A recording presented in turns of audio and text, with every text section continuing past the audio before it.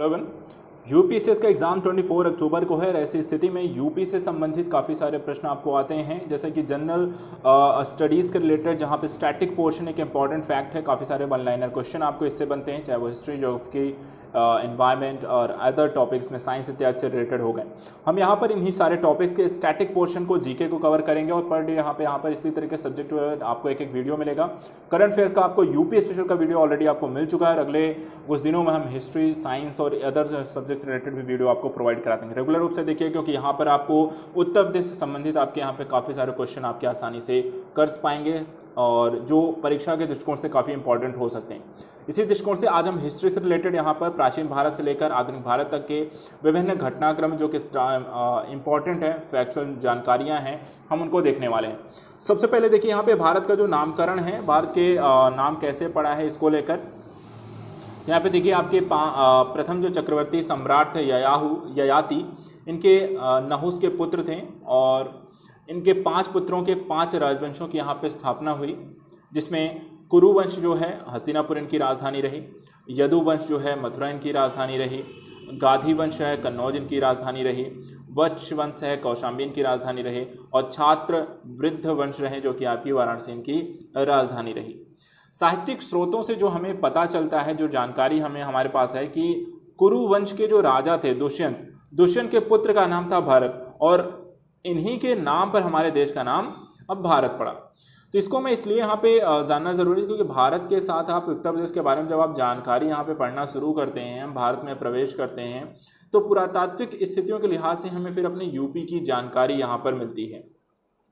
देखा जाए तो पुरातात्विक स्थलों के बारे में हस्तिनापुर के पास यहाँ पे समेत यहाँ पे 5 पुरातात्विक स्थल हैं जिनके पर्यटन को यहाँ पे बढ़ावा देने के लिए भी काम किया जा रहा है और संग्रहालय के रूप में यहाँ पे परिवर्तित किया जाएगा।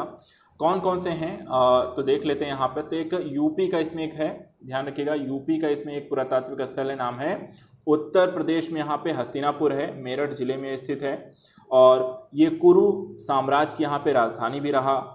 इतिहास में अगर देखा जाए तो हस्तिनापुर का जो संदर्भ है वो सम्राट भरत की राजधानी के रूप में भी आता है और महाभारत में भी इसका एक उल्लेख मिलता है। इसके अलावा अदर स्टेट के भी इसमें कुछ आपके स्थल आए हैं, जैसे कि एक राखीगढ़ी का क्षेत्र है, हरियाणा के हिसार में है। ये दिल्ली से राखीगढ़ी की जो दूरी है 150 किलोमीटर की और यहाँ पर देखा जाए तो पुरातात्विक जो स्थल है सिंधु घाटी सभ्यता के यहाँ पे साक्ष्य मिलते हैं।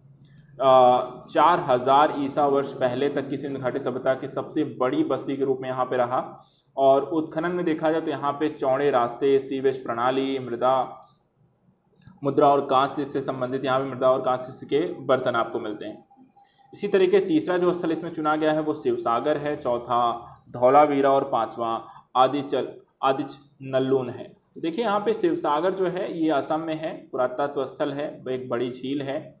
यह इतिहास जो है अशोम राजा थे, ठीक है, इतिहास के में देखा जाए तो अहोम राजा शिव सिंह से जुड़ा हुआ है और अहोम साम्राज्य की राजधानी रहा। धौलावीरा की बात करें तो गुजरात के यहाँ पे कच्छ जिले में है और धौलावीरा यहाँ पे। और प्राचीन स्थल अगर देखा जाए सिंधु घाटी सभ्यता खंडहर है, म्यूजियम बनाने की इसे घोषणा की गई है। और आदिचनल्लूर को देखा जाए तमिलनाडु के थुथुकुडी जिले में है, पुरातात्विक स्थल है, पांड्य साम्राज्य की इससे संबंधित है। देखा जाए तो ईसा 7वीं सदी के धनधान्य शिल्प के दृश्य से विश्व के सबसे समृद्ध केंद्रों में से ये एक है। उत्तर प्रदेश के बारे में बात करें तो यहाँ पे देखिए 16 जनपदों में से 8 जो महाजनपद हैं वो आपको यूपी में पाए जाते हैं। पहला देखिए यहाँ पे पांचाल है जो कि राजतंत्रीय प्रणाली रहा, अहिछत्र बरेली में और काम्पिल फर्रुखाबाद के क्षेत्रों में फैला हुआ है। विस्तार क्षेत्रों की इनकी जो देखिए ये राजधानी है, आपकी 2 राजधानियाँ रहीं, अहिछत्र और काम्पिल, एक बरेली जिसे हम कहते हैं और वर्तमान समय फर्रुखाबाद के नाम से जानते हैं। विस्तार क्षेत्र भी बरेली, बदायूं, फर्रुखाबाद तक रहा। दूसरा कुरु है, राजतंत्र प्रणाली यहाँ पर थी, राजधानी इंद्रप्रस्थ जिसे हम वर्तमान समय दिल्ली के नाम से जानते हैं। क्षेत्र अगर देखें तो मेरठ, दिल्ली, थानेश्वर आसपास का जिला है। तीसरा जो महाजनपद था वत्स महाजनपद, राजतंत्रीय प्रणाली थी यहाँ भी। कौशाम्बी जो इलाहाबाद का क्षेत्र है, इलाहाबाद के पूरे आसपास क्षेत्र में ये फैला हुआ था। चौथा जो महाजनपद यूपी में है वो है सूरसेन राजतंत्र जो कि मथुरा में है, मथुरा के आसपास का क्षेत्र है। कौशल जो है ये भी एक राजतंत्र महाजनपदीय प्रणाली थी जो साकेत के क्षेत्र में, अयोध्या के आसपास, सावित्री के आसपास के जिले में इसकी राजधानी यहाँ पर वर्तमान समय ये क्षेत्र है जो साकेत से हम जानते हैं। अवध के आसपास का एरिया है। छठा जो महाजनपद था वो मल्ल महाजनपद था, और यहाँ पर देखिए एक गणतंत्र प्रणाली थी। ध्यान रखिएगा, मल्ल एक गणतंत्र प्रणाली थी। कुशीनगर यहाँ पर इनकी राजधानी रही, और कुशीनगर देवरिया का जो क्षेत्र है वो इनके विस्तार क्षेत्र के तौर पे हम इसे देखते हैं। इसके अलावा दो क्षेत्र आपके, काशी जो राजतंत्रीय प्रणाली है, वाराणसी इनकी राजधानी रही, वाराणसी के आसपास क्षेत्रों में फैला हुआ था। और चेदी महाजनपद जो राजतंत्रीय प्रणाली है, शुक्तमती में बांदा के क्षेत्र में, बांदा के आसपास के जिलों के साथ समाहित है। तो ये देखिए यहाँ पे आपके महाजनपदों के बाद हम यहाँ पर चलिए आइए देखते हैं कि उत्तर प्रदेश के प्रमुख जो स्थल हैं और उनसे संबंधित जो प्रमुख घटनाक्रम हैं जो कि परीक्षा के एग्जाम में पूछे जा सकते हैं। जैसे हस्तिनापुर है, 16वें जैन धर्म के तीर्थंकर शांतिनाथ, 17वें तीर्थंकर कुदुनाथ, 18वें तीर्थंकर अरनाथ के जन्म है। वहीं वाराणसी 11वें तीर्थंकर श्रेयसनाथ, 30वें तीर्थंकर पार्श्वनाथ का जन्म है। अयोध्या की बात करें तो भगवान राम का जन्मस्थल है, साथ ही विष्णु के 7वें अवतार इन्हें माना जाता है। मथुरा की अगर हम बात करें तो भगवान श्री कृष्ण की जन्मस्थली है, विष्णु के 8वें अवतार माने जाते हैं, और 22वें तीर्थंकर अरिष्ट नवमी का जन्म है। पांचवा इसमें देखिए गाजीपुर स्थल है जो कि परशुराम का जन्मस्थल है, और विष्णु के 6ठे अवतार ये माने जाते हैं। इसके अतिरिक्त यहाँ पे जैन धर्म के तीर्थंकरों की बात करें तो कौन कौन से तीर्थंकरों का जन्मस्थल कौन सा रहा, तो देखा जाए तो मोस्टली यहाँ पे यूपी में है ऋषभदेव अयोध्या, अचितनाथ अयोध्या, संभवनाथ श्रावस्ती, अभिनंदननाथ अयोध्या, सुमितनाथ अयोध्या, पद्म प्रभु कौशाम्बी। तो यहाँ पर देखा जाए और भी यहाँ पर हैं, जैसे कि सुपार्श्वनाथ वाराणसी, विमलनाथ काम्पिल, अनंतनाथ अयोध्या, मल्लीनाथ मथुरा, पार्श्वनाथ वाराणसी। टोटल यहाँ पे देखें तो 11 जो आपके तीर्थंकर हैं, 24 में से 11 तीर्थंकरों का जो जन्म है वो आपका यूपी से है, तो ये ध्यान रखिएगा। इसके बाद और फैक्ट के रूप में शिलालेखों के बारे में बात कर लें, कौन कौन से शिलालेख हैं जो यूपी में आपको पाए गए हैं। तो देखिए यहाँ पे पहला है अयोध्या शिलालेख। अयोध्या में प्रथम ईस्वी में पुष्यमित्र सुंग के वंशज सम्राट धनदेव के पारिवारिक विवरण की प्राप्ति इसके माध्यम से होती है। दूसरा है अहरौरा शिलालेख, यह एक छोटा शिलालेख है जो मिर्ज़ापुर के अहरौरा ग्राम में है। तीसरा है शिवलिंग शिलालेख, जो रेह ग्राम से प्राप्त है। यह शिलालेख शिवलिंग पर अंकित है जिसकी 4 पंक्तियां यहाँ पर सुरक्षित हैं। इसके अलावा सारनाथ स्तंभ लेख जो कि यहाँ पे सम्राट अशोक के द्वारा बनवाया गया। यह स्तंभ भारत के राष्ट्रीय प्रतीक के भी यहाँ पर देखा जाए तो सारनाथ से ही भारत का राष्ट्रीय प्रतीक भी लिया गया है। इसके अलावा प्रयाग का दुर्ग स्तंभ जो अशोक स्तंभ भी से कहा जाता है, इस पर समुद्रगुप्त या हरिश्चंद्र के द्वारा लिखित प्रयाग प्रशस्त जो भारत विजय का विरूपण करता है वो यहाँ पर अंकित है, और साथ ही अकबर ने इससे स्तंभ को निकलवा कर पुनः किले में लगवाया। इसके बाद कौशाम्बी जो शिलालेख है ये सम्राट अशोक की रानी तिष्ठखा या तिष्ठरक्षिता के द्वारा यहाँ पे लेख इसका उल्लिखित है। सातवां इसमें देखिए कनिष्क के स्तंभ लेख व मथुरा के अभिलेख हैं जो प्रथम शताब्दी के अंतिम चरण में प्राप्त होते हैं। इसमें ब्राह्मी लिपि या लिपि का उद्गृत यहाँ पर मिलता है। इसके अलावा मेरठ स्तंभ लेख है और पिपरवा धातु का लेख है। मेरठ के बारे में बात करें तो इसका मेरठ स्तंभ लेख में 7 लेख हैं जो 14वीं शताब्दी में फिरोज शाह तुगलक के द्वारा यहाँ पे दिल्ली से इसे लेकर मतलब मेरठ से इसे दिल्ली लेकर आया गया। इसके अलावा पिपरावा का धातु लेख जो है उत्तर प्रदेश के सिद्धार्थनगर जिले में स्थित है। पिपरावा गांव में मिले कलश पर अंकित इस लेख से यह सिद्ध हुआ कि प्राचीन कपिलवस्तु की राजधानी आपकी पिपरावा रही है। प्राचीन कपिलवस्तु ही आपका पिपरावा था। इसके अलावा सोहगौरा कांस्य लेख की बात करें तो ये गोरखपुर जिले में प्राप्त हुआ। कांस्य लेख में मौर्य काल में अकाल से सामना करने हेतु संग्रहित अनाज भंडारों की व्यवस्था का वर्णन है। वहीं स्कंदगुप्त का भीतरी जो अभिलेख है, इस लेख का निर्माण गुप्त शासक स्कंदगुप्त ने अपने पिता कुमारगुप्त की स्मृति में करवाया। उत्तर प्रदेश के प्रसिद्ध युद्धों की अगर हम बात करें तो इसमें देखा जाए तो आपके मिनांडर का युद्ध है जो 122 ईसा पूर्व हुआ। यह युद्ध यूनानी योद्धा मिनांडर ने जीता और इस युद्ध में उसने कृष्णनगरी मथुरा को अपने कब्जे में कर लिया। दूसरा हूण का गुप्त युद्ध है, हूण गुप्त युद्ध जो कि आपको 484 ईस्वी में हुआ। तोरमाड़ और मेहरकुल के मध्य चीनियों ने यहाँ पे मथुरा, कन्नौज और कौशाम्बी पर हमला करके उन्हें जीता था। इसी तरीके से छंदवार की लड़ाई है जो 1194 में इटावा के पास मोहम्मद गोरी से लड़े गए। इस युद्ध में कन्नौज में हुई और लड़ाई में जो थे कन्नौज के जयचंद यहाँ पे मारे गए। अच्छा, ये चंदावर की यहाँ पे लड़ाई होगी, ठीक है। नेक्स्ट है आपका जौनपुर का युद्ध। इस युद्ध की बात करें तो 1478 में हुआ, बहलोल लोदी ने यहाँ पे कब्जा कर लिया था। इसके बाद कन्नौज युद्ध की बात करें 1526-27 में बाबर ने लोदियों को हराकर अवध यहाँ पर कब्जा किया और मुगल साम्राज्य की स्थापना की। लखनऊ को उसके पुत्र ने हुमायूं ने यहाँ पे जीता था। इसके बाद कालिंजर का जो युद्ध है अगर देखा जाए तो यहाँ पर इम्पॉर्टेंट है।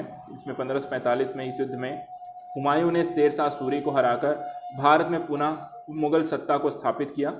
इस लड़ाई में देखा जाए तो शेर शाह सूरी की मृत्यु भी हो गई थी। इसके अलावा जाजमऊ का युद्ध देखा जाए तो 1765 ईस्वी में हुई और इसी युद्ध में अवध के नवाब सुजाउद्दौला अंग्रेजों से हारे गए थे। बनारस का युद्ध देखिए 1780 में हुआ। इस युद्ध में ब्रिटिश गवर्नर जनरल हेस्टिंग्स ने राजा चेत सिंह को यहाँ पर हराया था। इसके अलावा मथुरा की जो लड़ाई है वो 1804 में जनरल लेक के साथ हुए युद्ध में मराठों ने अंग्रेजों को हराकर मथुरा और आसपास के क्षेत्रों पर कब्जा किया। मेरठ की जो बगावत है ये 10 मई 1857 को ब्रिटिश साम्राज्य के खिलाफ हुआ प्रथम विद्रोह है, जिसमें सैन्य विद्रोह घोषित किया गया और ब्रिटिश हुकूमत के विरुद्ध महाविद्रोह की शुरुआत हुई। झांसी का युद्ध जो हुआ 1857 में रानी लक्ष्मीबाई जनरल ह्यूरोज की फौज के मध्य हुआ, जिसमें झांसी के किले पर यहाँ पर अंग्रेजों ने अधिकार कर लिया। इसके अलावा चिन्हट का युद्ध देखिए 1857 में अवध की बेगम हजरत महल के नेतृत्व में लड़ा गया। इस युद्ध में भी अंग्रेजी सेना भाग गई और अवध जो होता है स्वतंत्र हो गया। 6 दिसंबर 1857 को यहाँ पर अगेन जो थे अंग्रेजों के द्वारा यहाँ पर पुनः अवध पर अधिकार किया गया। कानपुर मोर्चा सन 1857 से 4 मई से 25 मई तक चले। इस युद्ध में अंग्रेजों को हराकर नाना साहब ने बिठूर के पेशवा का खिताब यहाँ पर प्राप्त किया था। तो ये तो हमने देख लिया प्रमुख युद्ध। अब बात करते हैं प्रमुख नगरों के प्राचीन नामों की। कौन कौन से प्रमुख नगर हैं और उन्हें हम पुराने नाम क्या हैं, वर्तमान में किस नाम से जानते हैं। तो देखिए यहाँ पे लक्ष्मणपुर वर्तमान समय में इसे लखनऊ के नाम से जानते हैं। काशी वाराणसी हो गया है। कान्यकुब्ज या नगर महोदय श्री को हम कन्नौज के नाम से जानते हैं। प्रयागराज इलाहाबाद और वापस से फिर से प्रयागराज ये बन गया। इसके बाद गोरक्षनगर गोरखपुर, कुशीनारा कुशीनगर, अहिच्छत्र रामनगर या बरेली, मधुपुरी मथुरा, पिपरावा कपिलवस्त सिद्धार्थनगर, अयातसा या अवध अयोध्या फैज़ाबाद। इसके अलावा ऋषिपत्तनम सारनाथ, ब्रह्मसारणी बरसाना, सूकर क्षेत्र सोरो या कासगंज, श्रावस्ती सहेत महेट श्रावस्ती, कंपिल या फर्रुखाबाद। ये आपके कुछ प्राचीन नामों के बारे में हमने यहाँ पे देख लिया। इसके बाद यहाँ पे उत्तर प्रदेश के कुछ महत्वपूर्ण स्थल, उनके ज़िले और उनकी क्या विशेषता रही है उसको यहाँ पे देख लीजिए। जैसे कि कौशाम्बी है जो प्रयागराज इसका ज़िला था, इसमें था कौशाम्बी यहाँ पे अलग हो चुका है। इसके अलावा इसे आद्य नगर के स्थल के नाम से भी हम इसे जानते हैं। कड़ा जो प्रयागराज में है इसे मलूक दास की जन्मस्थली कहते हैं। ये भी कड़ा भी देखें तो कौशाम्बी में पड़ता है। इसके अलावा कालपी जो है जालौन में है, बीरबल का जन्मस्थान है। बरन है ये बुलंदशहर में है जो कि इजाउद्दीन बर्मी का ये जन्मस्थल है। सराय नाहर है प्रतापगढ़ में जो मध्ययुगीन सभ्यता से संबंधित है। संभल मुरादाबाद में है जो कि बाबर के मस्जिद का निर्माण यहाँ पे किया गया। इसके अलावा श्रृंगेरपुर है। श्रृंगेरपुर जो है श्री राम ने यहाँ एक रात विश्राम किया था जो प्रयागराज में स्थित है। मिश्रिख जो सीतापुर में है महर्षि दधीच का आश्रम है। सौरो जो काशी रामनगर जिले में है, यह 12 भगवान की प्रतिमा है। भरत कुंड अयोध्या में है, भरत जी की 14 वर्ष की तपस्या की थी यहाँ पर। और बांसा जो बाराबंकी में है, शाह अब्दुल रजा की दरगाह है। इसके बाद उत्तर प्रदेश के जो प्रमुख मकबरे दरगाह या मज़ार और समाधियाँ हैं जो कि एग्ज़ाम में आपसे प्रश्न के रूप में पूछे जा सकते हैं। जैसे कि सिकंदरा या आगरा में आपको अकबर का मकबरा है। एतमादपुर आगरा में एतमातुद्दौला का मकबरा है। फिरोज़ाबाद में फ़िरोज़ शाह का मकबरा है। सूफी शाह का मकबरा है। गाज़ीपुर में लॉर्ड कार्नवालिस का मकबरा है। फैज़ाबाद में बहू बेगम का मकबरा है। बदायूं में बदायूनी का मकबरा है। इसके अलावा बाराबंकी में सैयद अब्दुल रज़ाक शाह की दरगाह, पीलीभीत में हज़रत शाह की दरगाह, कन्नौज में हाशी शरीफ की दरगाह, गोरखपुर में रोशन अली की दरगाह, बाराबंकी में सलामत शाह की दरगाह, आगरा में शिया संत काजी नूरुल्लाह की मज़ार और लखनऊ में संत शाहमीर की यहाँ पे मज़ार शाहमीना की मज़ार है। देखिए यहाँ पे काफ़ी सारे इंपॉर्टेंट फैक्ट क्या हैं कि इसमें जैसे अकबर का इत्माद-उद-दौला, फिरोज शाह और साथ ही यहाँ बहू बेगम का मकबरा है, हज़रत शाह की दरगाह, ये सब क्वेश्चन आपके एग्जाम में पूछे गए हैं। तो ध्यान रखना ये वन लाइनर ही आपको एग्जाम में ज़्यादा पूछे जाने के चांसेस बनते हैं। इसके अलावा और देख लीजिए यहाँ पे कौशाम्बी में देखिए कड़क शाह बाबा की मज़ार है। इसी तरह बरेली में खान बहादुर खान की मज़ार है। पीलीभीत में शाहजी मियाँ की मज़ार है। आगरा में देखिए तो दयाल बाग राधा स्वामी समाधि है। कन्नौज में शेख मेहंदी की समाधि है और संत कबीर नगर में संत कबीर की समाधि स्थल है। इसके अलावा राज्य की अगर हम प्रमुख मस्जिदों के बारे में बात करें, कौन कौन सी यहाँ पे प्रमुख मस्जिदें हैं, तो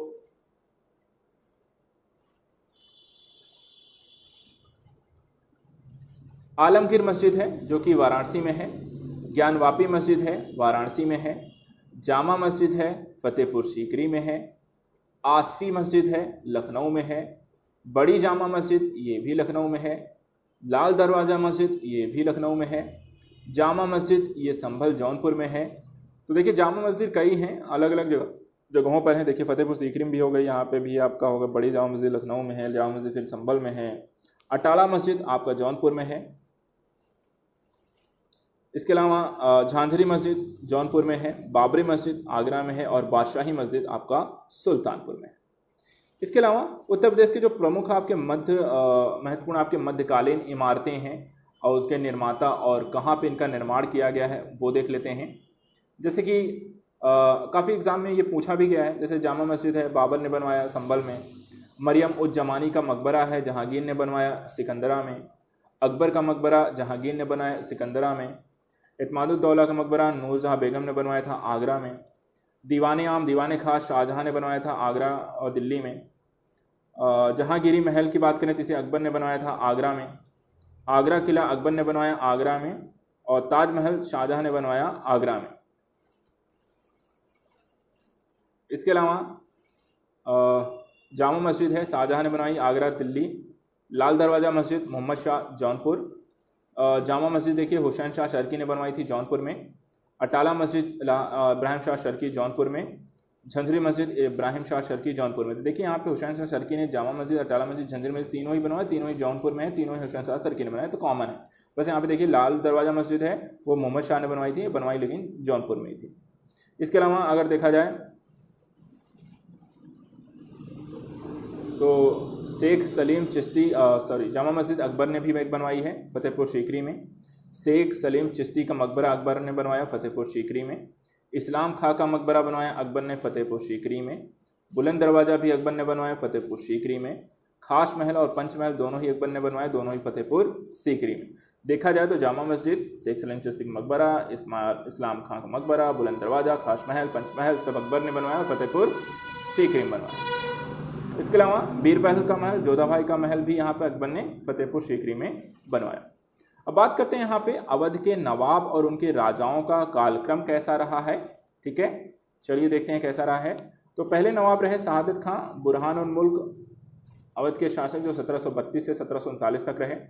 दूसरे नवाब जो सफदरगंज 1739-1753। तीसरे नवाब सुजाउद्दौला 1753-1775। चौथे नवाब आसफुद्दौला 1775-1797। पाँचवें नवाब वजीर अली सिर्फ यहाँ पे 4 महीने के शासक, सबसे कम समय तक 497 से 498, 1797 से 1798। छठवें नवाब सादत अली खां 1798 से 1804।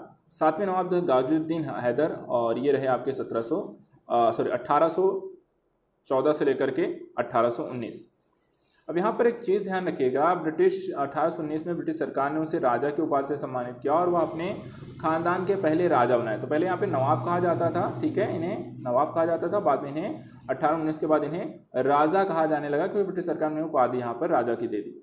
अब यहाँ पर देखिए पहला राजा भी गाजुद्दीन है, अंतिम नवाब और पहला राजा दोनों गाजीउद्दीन हैदर ही थे 1819 से 1827।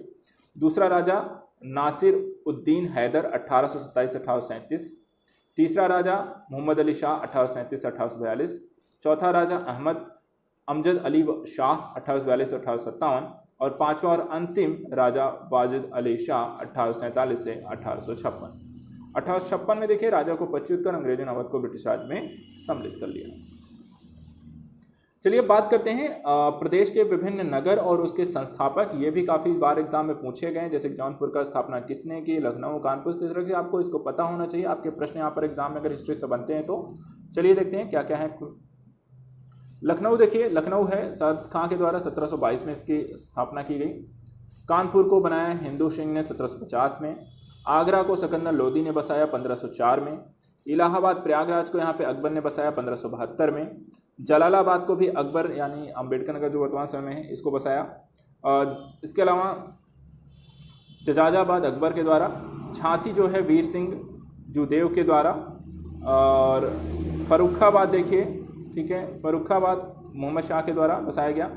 गाजियाबाद गाजिउद्दीन हैदर 1740 में से बसाया गया। अलीगढ़ को डोर राजपूतों के द्वारा। जौनपुर को फिरोज शाह तुगलक के द्वारा। इसके अलावा फतेहपुर सीकरी को अकबर के द्वारा 1559-1570 में। फतेहपुर अयोध्या को मोहम्मद शाह के द्वारा 1739 में। इसके अलावा गोंडा को जहांगीर के द्वारा यहाँ पे बसाया गया। फिरोजाबाद को देखिए फिरोज शाह तुगलक ने। जहांगीराबाद को फिरोज शाह तुगलक ने। अनूप शहर को राजा अनूप ने। मुबारकाबाद को मुबारक शाह ने। शाहजहांपुर को शाहजहां ने। और फतेहाबाद को फिरोज शाह तुगलक ने यहाँ पर इन नगरों की स्थापना की। तो देखा जाए इसमें फिरोज शाह तुगलक ने काफ़ी सारे नगरों की यहाँ पे स्थापना की है। तो मुबारक शाह हो गए, आप शाहजहां हो गए, फिरोज शाह तुगलक हो गए, अकबर हो गए, इनसे संबंधित जो प्रमुख नगर हैं वो कई बार यहाँ पर एग्जाम में पूछ लिए जाते हैं, तो इनको ध्यान में रखना है, ज़रूर यहाँ पर अच्छे स्टडी करके जाइएगा। चलिए एक और इम्पॉर्टेंट एस्पेक्ट है इतिहास के दृष्टिकोण से कि भारतीय राष्ट्रीय कांग्रेस के जो उत्तर प्रदेश में आयोजित अधिवेशन हुए हैं, कौन कौन से हुए हैं, किस स्थल पे हुए हैं, उसके अध्यक्ष क्या थे और क्या प्रमुख विवरण रहा। तो आइए देखते हैं उनसे संबंधित प्रमुख फैक्ट को। 1888 में देखिए प्रयागराज में यहाँ पे जॉर्ज मूल की अध्यक्षता में या जॉर्ज मूल की अध्यक्षता में यहाँ पे जो प्रथम अंग्रेज अध्यक्ष थे, अंग्रेजों के प्रति यहाँ पे कांग्रेस के स्वभाव में परिवर्तन आया। इसके बाद दूसरा जो यहाँ पे यूपी में हुआ वो था प्रयागराज में 1892 में व्योमेश चंद्र बनर्जी की अध्यक्षता में, और इन्होंने मुद्रा नीति में सुधार की मांग की गई इस अधिवेशन में। ये तीसरा यहाँ पर देखिए भारतीय राष्ट्रीय कांग्रेस का जो उत्तर प्रदेश में अधिवेशन आयोजित हुआ वो लखनऊ में हुआ रमेश चंद्र दत्त की अध्यक्षता में, और यहाँ पे देखिए कांग्रेस के संविधान को स्वीकार किया गया इस अधिवेशन में। ध्यान रखिएगा, इंपॉर्टेंट है, कांग्रेस के संविधान में सुधार करने की बात ये इंपॉर्टेंट है। इसके बाद 1905 में बनारस में गोपाल कृष्ण गोखले गर्म दल और नरम दल के बीच अध्यक्ष और प्रिंस ऑफ वेल्स के स्वागत प्रस्ताव को लेकर मतभेद, तो ये भी एक बहुत इंपॉर्टेंट है, ये भी कई बार एग्जाम में पूछा जाता है कि यहाँ पे गर्म दल नरम दल का विभाजन या कब हुआ, तो 1905 के बनारस में। इसके अलावा 1910 में प्रयागराज में विलियम वेडरबर्न ने भारतीय प्रेस एक्ट और देशद्रोही सभा अधिनियम वापस यहाँ पे लिया करने के प्रस्ताव को यहाँ पारित किया। इसके अलावा 1916 में लखनऊ में आयोजित किया, अंबिका चरण मजूमदार इसके अध्यक्ष थीं, और कांग्रेस के विभाजित गुट यहाँ पर मिल जाते हैं, कांग्रेस और मुस्लिम लीग के बीच यहाँ पे समझौता हो जाता है।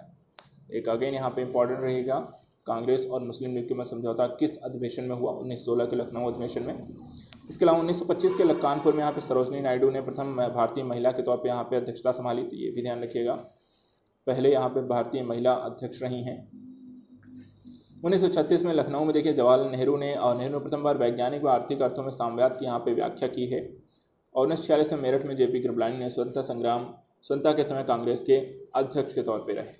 इस तरीके से यहाँ पर हमने देख लिया आपके प्रमुख कांग्रेस के अधिवेशनों से संबंधित प्रमुख तत्व। अब बात करते हैं राज्य में जो प्रमुख आपके किसान सभा या आंदोलन हुए हैं। पहला आंदोलन देखिए यहाँ पे उत्तर प्रदेश किसान सभा के द्वारा 1918 में किया गया, और यहाँ पे उत्तर प्रदेश किसान सभा को संस्थापक देखिए तो गौरी शंकर मिश्र, इंद्र नारायण द्विवेदी और मदन मोहन वाल्मीकि के द्वारा उत्तर प्रदेश किसान सभा का गठन किया गया। दूसरा यहाँ पे देखिए अवध किसान सभा का गठन किया गया 1920 में बाबा रामचंद्र द्वारा प्रतापगढ़ में।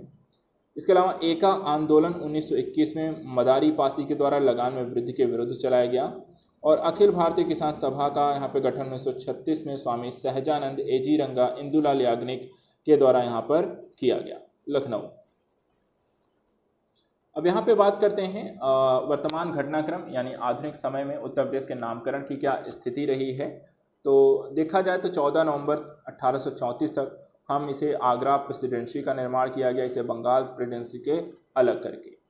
इसके बाद 1 जनवरी 1836 इसका नाम बदल कर दिया गया उत्तर पश्चिमी प्रांत कर दिया गया और इसका मुख्यालय यहाँ पे आगरा को बना दिया गया। 3 अप्रैल 1858 तक आते आते इस प्रांत का मुख्यालय आगरा से बदलकर इलाहाबाद या प्रयागराज को किया गया। उसके बाद 15 फरवरी 1877 तक अवध का प्रशासनिक और न्यायिक मुख्यालय लखनऊ हो गया और उत्तर पश्चिमी प्रांतों का मुख्यालय यहाँ पे इलाहाबाद यानी प्रयागराज रहा। इन दोनों प्रांतों का एकीकरण इस प्रांत का नाम कर दिया गया उत्तर पश्चिमी प्रांत आगरा और अवध कर दिया गया। इसके बाद 22 मार्च 1902 को इसका फिर से नाम बदला गया और इसका आगरा अवध का संयुक्त प्रांत कर दिया गया, आगरा व अवध का संयुक्त प्रांत। 3 जनवरी 1921 को इसका नामकरण ब्रिटिश भारत में कर दिया गया, सिर्फ संयुक्त प्रांत कर दिया गया। 1 अप्रैल 1937 को इसका नाम संक्षिप्त करके मात्र यहाँ पे संयुक्त प्रांत किया गया। और अच्छा यहाँ पे देखिए 3 जनवरी 1921 का नाम यहाँ ब्रिटिश भारत का संयुक्त प्रांत था और बाद में इसे 1 अप्रैल 1937 को सिर्फ संयुक्त प्रांत कर दिया गया। 1 अप्रैल 1946 को प्रदेश में स्वशासन प्रारंभ हो गया। 24 जनवरी 1950 को यहाँ पे स्वतंत्रता प्राप्ति के पश्चात इसका नाम फिर से बदला गया और वर्तमान नाम यहाँ पे इसे प्राप्त होता है उत्तर प्रदेश 24 जनवरी 1950 को।